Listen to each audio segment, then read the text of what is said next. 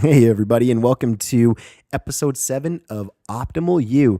Thank you all for watching, for being here.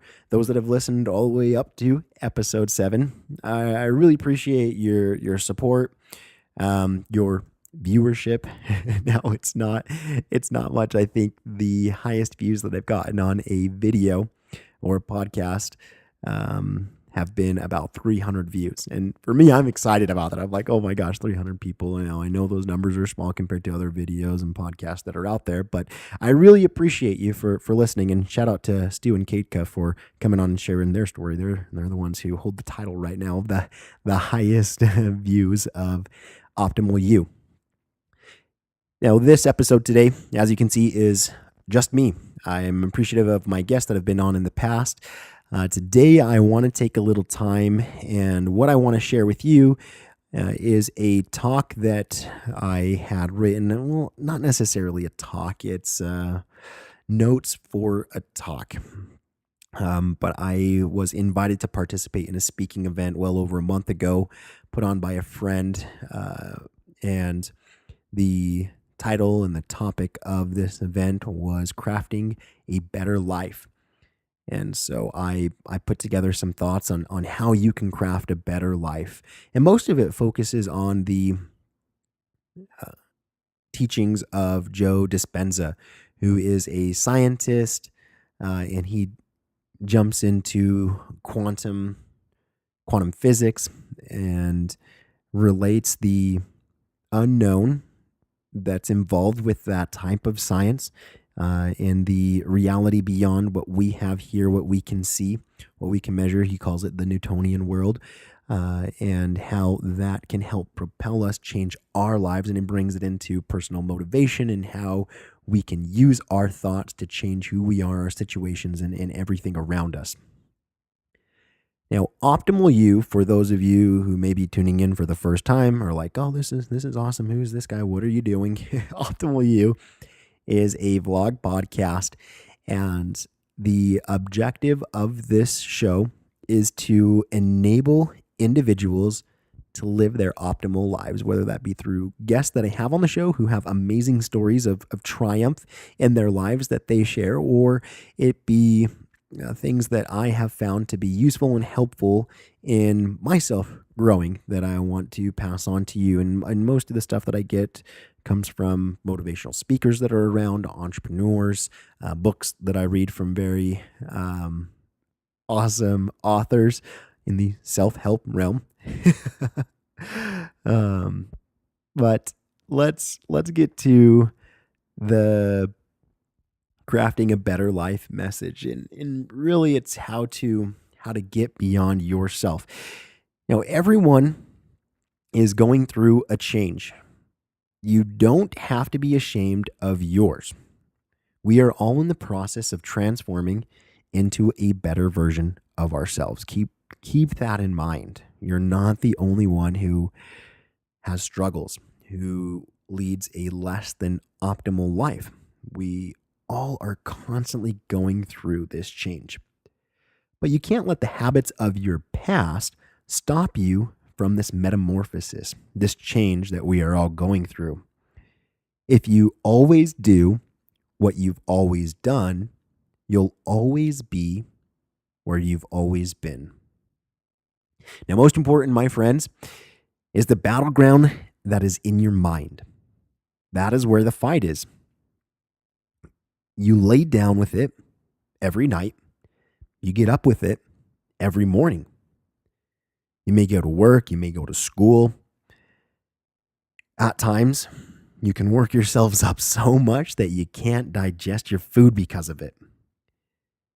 You put on a smile every day in front of people, and nobody knows that there is this war going on in your head. Now, this battle is not a geographical location. It's not debt. It's not the haters. It's not liars. It's not backbiters. It's not those material things. Those things are not the battleground. What you need to do is you need to realize that. You need to stop wasting your time, wasting your energy on those things. Also, stop wasting that time and stop wasting that energy on what people say. It's not what people say about you that threatens your destiny. It's what you say about you that threatens your destiny. You will never be defeated by what they say about you. You will be defeated by what you say about you. Again, the battleground is in your mind. Now, you can have a new year and set new resolutions, but it doesn't mean a damn thing if you don't have a new mind. What I'm saying, you can think of it in this way. You can buy a new car when this new year rolls around. But if you put the old person from last year in that new car, you're still going to have the old experience. A new house doesn't make a new marriage. A new outfit doesn't make a new person. I love getting new clothes. New socks are one of my favorite things. But eventually those get worn down. And if you think that after listening to this today, that you're magically going to be a new person, I'm going to be the bearer of bad news because you need to hear it. A new life comes from a new mind and a new way at looking at your life. Now, you can't step into the future and still think in terms of the past. Your thoughts have everything to do with your life and in crafting a good life. From the duck. Your personality creates your personal reality. And in order to change your reality, you need to change your personality. You got to change those thoughts, the old ways of thinking. Now, where you place your attention is where you place your energy. There's a really cool example with this that if you are watching this, if you're listening, take, for example, your nose. Many of you a few seconds ago were unaware of your nose. It doesn't exist. And as soon as you become aware of it, there it is. You can see it. It exists. Now, it's probably not going to go away until your consciousness focuses off of that again. It goes to show that example. Where you place your attention is where you place your energy. And where attention goes, energy flows. If you are able to harness a greater ability of mindfulness, you will be able to exert greater effects, greater change in your world.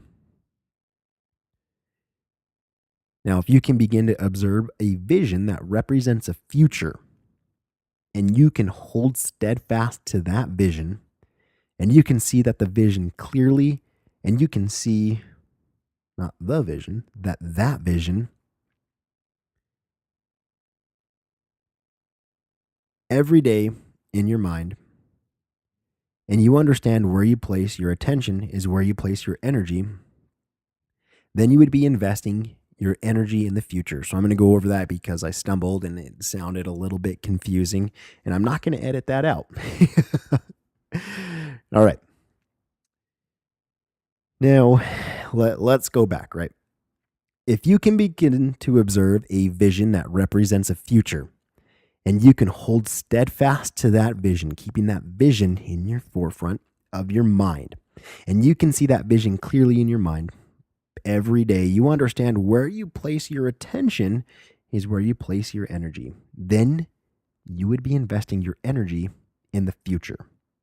And the image that you see could literally be the template for trillions and trillions of atoms to organize into patterns of information called an event in your life. It's science. It's quantum physics. My friend Joe D, he proves it. Now, it is not enough alone to have just a clear vision. because clear intentions have very little effect on the nature of reality. It's a good thought, basically. And thoughts are a good start. Now, the driving force that changes the nature of your reality in changing your personality is an elevated emotion. Now, you have to lay down the way you've acted your whole life to get what you want. You got to do that for something greater to occur. You have to begin to do what's unnatural. It's going to be tough. It's going to be hard. It's going to be uncomfortable. Remember, if you always do what you've always done, you'll always be where you've always been. You've got to change that. Now, why do most people fail accomplishing their New Year's resolutions? We've talked about resolutions a little bit here. It's because you have to go outside of your comfort zone. You try it for a month. You don't like it. Your body's screaming at you. Your mind's screaming at you. We don't like this. It's different. So you revert back to old ways. It's a scary place. We would much rather be in the familiar. And that's maintaining what we've always done and where we've always been. When you combine now this clear intention with an elevated emotion, it's the elevated emotion that begins to amplify that quantum field around your body, this fourth dimension, this fourth reality. Now, in that moment, you become more energy and less matter. If you understand that the emotion is the handmaiden of the creative process, that means you would have to feel whole before your healing. That would mean that you would have to feel abundance before your wealth. That would mean that you would have to feel love before your new relationship. That would mean that you would have to feel empowered before your success. It's not those external things that create a problem, and it's not those external things that are going to fix a problem. It's you. It's how you feel. It's how you think. You've got to change your thought process and create this elevated emotion, whether it be anger that drives you forward, whether it be sadness, whether it be love, hope, faith, tranquility. Those are the elevated emotions that we're talking about here that are going to create and drive you forward and create this new life for you. Now it all starts with your thoughts. And guess what? You can change your brain. But what you have to do is you have to go inward. You have to look at the garden that is your mind. Now, before you plant a new garden, you have to look at those plants from the past. I remember growing up, I always hated pulling weeds. But you got to do that. You got to look at the weeds that have grown because you haven't been paying attention. You got to look at those rocks that have sifted to the top that represent your emotional blocks. You got to look at the trees that need some pruning. And you got to look at that soil that has become hardened and rigid. You got to light a match in a dark place and begin the process. Pull out the weeds that are the old thoughts that slipped by your awareness. Now that takes awareness. And consciousness is awareness. And awareness is paying attention. We have to look at those rocks that have sifted to the top and remove those emotional blocks, those emotional barriers. And guess what? You can. You have to pull away the past. You have to tenderize and break down the rigidity of that soil. And after you've done all that, well, guess what? Then it's time to plant the new garden. I don't envy farmers. It's a lot of work. It takes time for this garden to grow. Many of us become impatient with this process. All right, I want to change. I'll put some seeds in the soil. Now, it takes attention and it takes awareness to nurture this garden and to nurture that growth. It takes attention to paying uh, those weeds. You don't pay those weeds, you pull those weeds. And it takes attention to those weeds that are growing. Because guess what? After you pull the weeds, they're going to want to grow back. You got to pull them out. Every season, you have to prune those trees. And every season, you're going to have to care for your garden. There is never an end to the garden that we grow in our minds. Now, what's funny, the brain is never going to change the brain. Your mind is never going to change the brain because your mind is the brain in action. Now, what will do the changing of the brain and the mind? It's a 13-letter word that scientists hate. It's called consciousness. You, the immaterial aspect of you. Now, only when you are truly conscious and truly aware are you beginning to affect the nature of reality. Every day, overcome some aspect of your life to become a better version of you. The more you practice it, the better you will get at it. Never forget to tend to your garden, and you will see that your thoughts will change your future. I promise you. You will be able to craft a good life, an optimal life, whatever that means for you. I know you can do it. Whether I know you personally or I don't know you at all, one thing I am for sure about you. You've got greatness within you. You can make these changes. You can change your thought process. You can change your personality. You can change your personal reality. You got to rewrite the stories that you're telling yourselves about these things. Most importantly, don't rely on external forces, and don't wait on external forces saying, I'll be happy once I get this. I'll be happy when I get a promotion, when I find somebody to be in a relationship with, then I'll be happy. It doesn't work that way.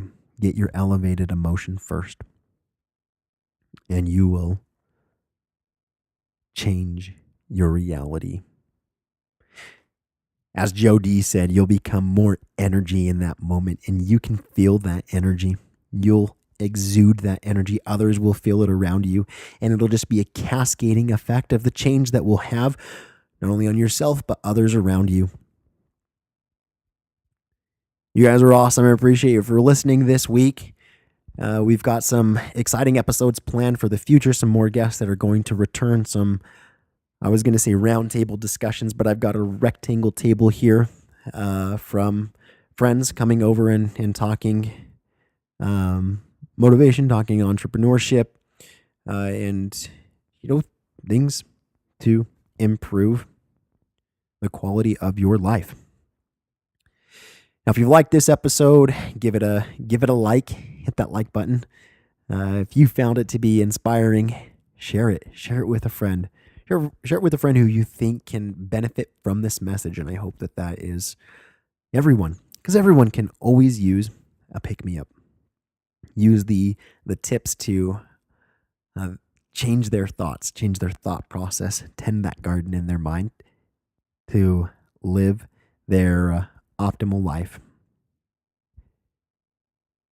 Now, I want to give a quick shout out.